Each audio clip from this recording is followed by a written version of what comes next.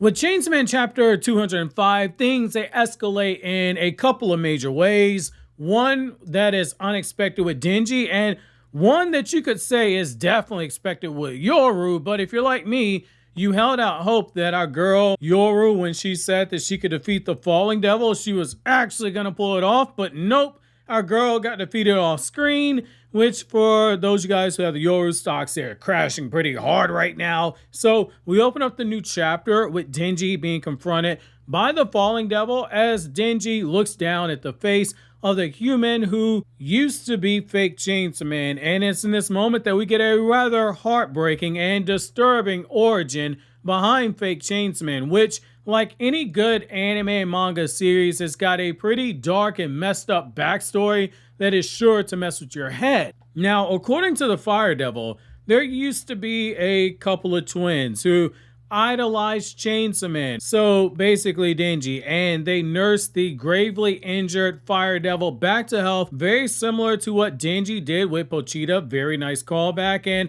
after some time, the Fire Devil was won over by their claims of who Chainsaw Man was. He was a hero. He was a devil who was fighting against other devils for justice. And so she proceeded to make contracts with the other two twins and with other people as well, allowing them to take on the physical manifestation of the form of justice that they envision, which is a pretty clever nod to the expression, the fire of justice burns in the hearts of people, and the Fire Devil rewarding those with fire of justice burning in their hearts by allowing them to take on the form of their so-called justice. This in turn, when you read between the lines, is why fake Chainsaw Man looked the way that he did. He, for all intents and purposes, was a reflection of his idolization of Denji as Chainsaw Man. But that expression, never meet your heroes, it comes into play now. So during the battle with Chainsaw Man and the Cockroach Devil, things they took a turn for the worse. When Denji was battling and one of the twin brothers was taken hostage, Denji had a choice. He had a chance to save the brother, but instead of doing so, he allowed the brother to die because Denji saw a cat who needed to be saved, which props to Fujimoto for going all the way back to chapter 102 to take what appeared to be a random moment where the Cockroach Devil is asking Denji, who will you save? The 5 old people in the car? The student who we now know was the brother, and Denji chose the fucking cat. He turned what seemed like a comedy moment into a major plot point later on. Classic example of Chainsaw Man can and will subvert your expectations. Now, this leads to Denji looking down at the face of the brother who he failed to save, realizing that fake Chainsaw Man took up arms against him as a result. He wanted revenge, but as he's doing so, the Fire Devil verbalizes something that we've been stressing here on the channel for the last couple of chapters.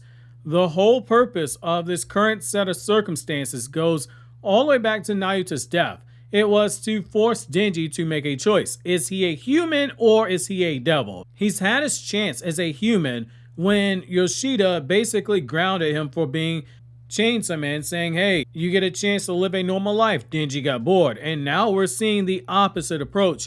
The Fire Devil tells Denji he acts this way because he's basically a devil at heart. And the Fire Devil tells Denji he is once again having to choose between two options, which that is symbolic. In the literal sense, the Fire Devil is going to make him have to choose between saving someone in the middle of a battle that's about to take place, but figuratively, he's having to choose between his human and devil self.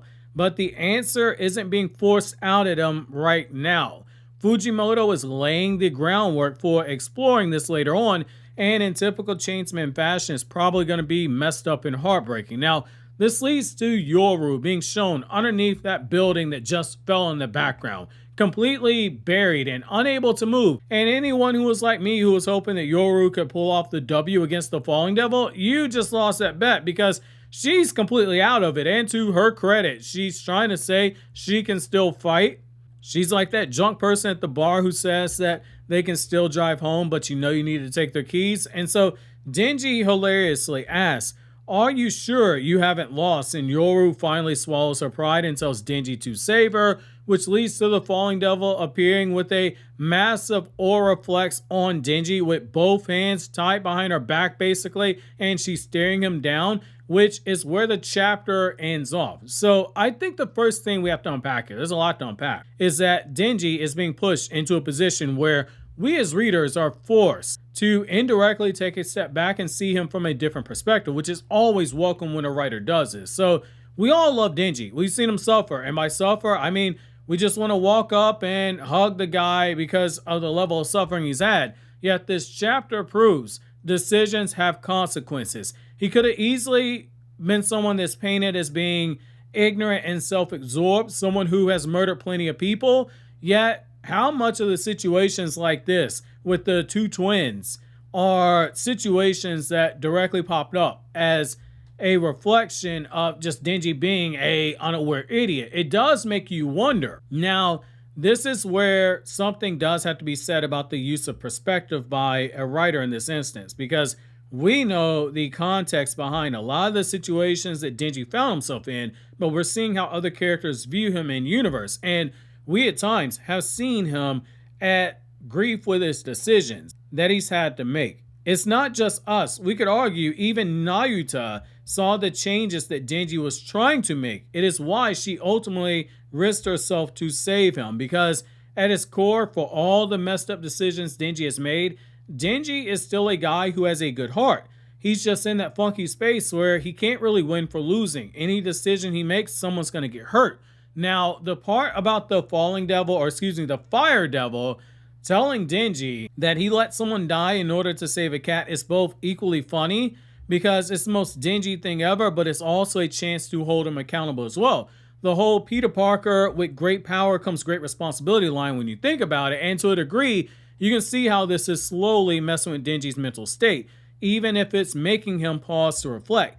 Denji knows what is being said is true, and it makes the dynamic of the question, choose between two options, hit a lot harder now. Now, we just have to ask in this moment, what will be the physical choice he has to choose from? Right now, it's just Yoru, who we know he agreed to save, but who is the second person? Who is the third option that Denji might end up choosing as well? So if the Fire Devil's trying to recreate the decision with the Cockroach Devil, look at the pieces that are trying to be used to remake it. The Falling Devil is the Cockroach Devil. Yoru, I'm assuming, is going to be the cat. Maybe you could swap that with Mitaka. But who is the brother in this scenario? And who is the group of old geezers? Could it be Mitaka and Yoru, but they kind of share the same body? So that doesn't really work here. Denji really has to choose between three people if it's a faithful remake. Now, Nayuta's dead, barring a major switcheroo, which if that happens, my guy Kenobi in the Patreon Discord server, you might be on to something. Now, the Fire Devil, they're basically gone right now. So it does make you question who the Fire Devil is going after, to make Denji have to decide and see if he makes the same mistake again. He's being tested. Thankfully, we don't have to wait too long to see the next chapter in terms of what it'll give us, because the next chapter drops in 7 days, so be on the lookout and click here to watch more videos from the Anime Explained channel, or click here to check out videos from the Chainsman playlist.